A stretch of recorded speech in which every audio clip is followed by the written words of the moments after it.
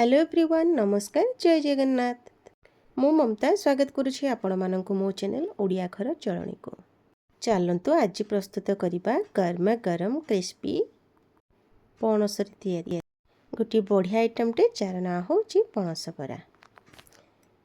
एठी देखंतु मो पाखरे अछि पणस पाचि जाइछि बढ़िया भाबरे। सेथिरु काढी नबा प्रथमे पणस खसा गुडी को। तो चलतु आपण मानक देखुची केमिति कौन करिबा। तो पणसरू मंजी को काढ़ी दबा।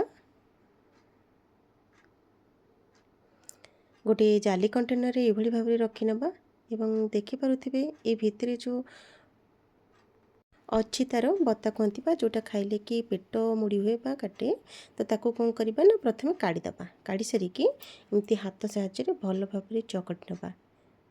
चकटिकी तार जो रसटा बाहर से रस आम आमर बरा को प्रस्तुत करवा। यदि पणस टिके टाण थाए कि कौन आपण मैंने कौन करेंगे ना ताको ग्राइंडर जार रे देदेवे। ता भितर ये से जो बत्ताटा को काढ़ीदेवे एवं ग्राइंडर रे बुलेदेवे टिके देखिए बढ़िया स्मूथ पेस्ट प्रस्तुत हो जिवो।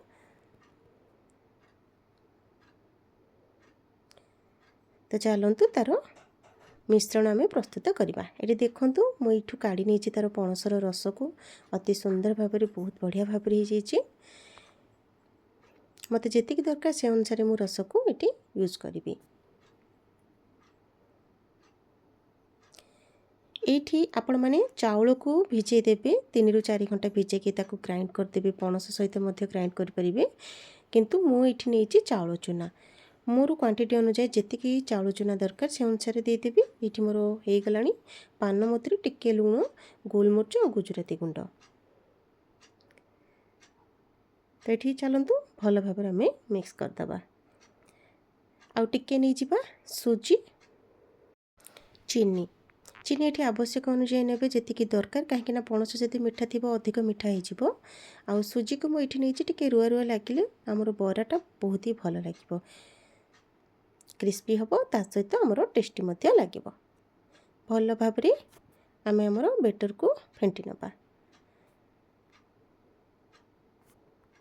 ये देखु कड़े गरम हो सारे गोटी गोटी करके आम छाणी नबा। प्रथमे गोटे गिनार पानी नहीं जावा ये भाव में बेटर को रखा।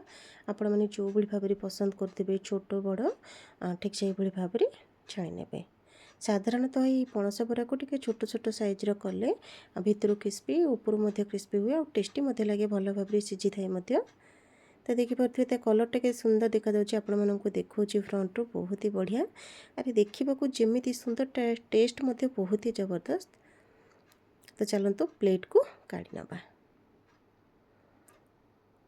यही पणस बरा को बनवाटा तो बहुत ही सहज किंतु किछिटा जिनिस जमीती कि आम आमर पणस रस रे चाउल चूनार मेजरमेंटा ठीक रुहे ताहले आमर बराटा टेस्टी लगी थाए। आपण मैंने चाउल चूला देवे नचेत चाउलर पीठ दे पारे। कहीं कहीं अटा पकई था किंतु ये भाव में थरुटी बनातु बहुत ही भल लगे। वर्षा पाग को ये गरमा गरम पणस बरार मजा नियंतु। आउ जदि आपण मैंने चाहिए घुगुनी टिके प्रस्तुत करदेवे बहुत ही टेस्टी लगे। गरमा गरम पणस बरा सहित फैमिली मेंबर समस्ते थे। Please like comment share and subscribe my channel. रही नमस्कार जय जगन्नाथ।